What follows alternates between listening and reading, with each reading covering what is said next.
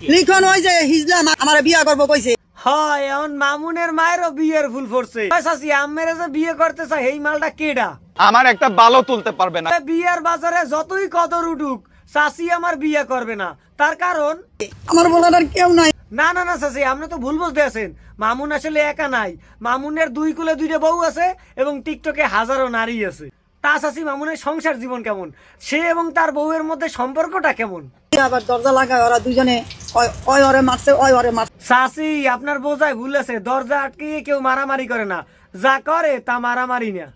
মনের দেখতে বলা পুরো শরীর খামছে, কিছু আয় নাই। আসলে চাচি আপনি যেটারে মারামারি মনে করেন ওটা মারামারি না, ওটা হচ্ছে লাভ বাইট লাভ বাইট। তয় চাচি এবার আপনার প্রেম কাহিনী সম্পর্কে জানতে চাই। আপনার বয়ফ্রেন্ড যেই হালায় আমার বিয়ে করতে চাইছে ওই মাঙ্গের পুতের সাথে আপনার আচরণ কেমন হয়েছে? কুতাকুতি শুরু হয়। মুখোশ ইমিডিয়েটলি খুলে। তুই মূলত কি চাও আগে ক? কতক্ষণ চাও মামুনের মায়ের বিয়ে করবি আবার মামুনের বউর পিছে পিছে ঘোরো, চাও কি? আমি একে যেন নির্যাতিত না হতে হয়, নির্যাতন করতে না পারবে কোনো ইন্টেনশন ছিল না। না এটা ঠিক, আমি পুরোপুরি একমত।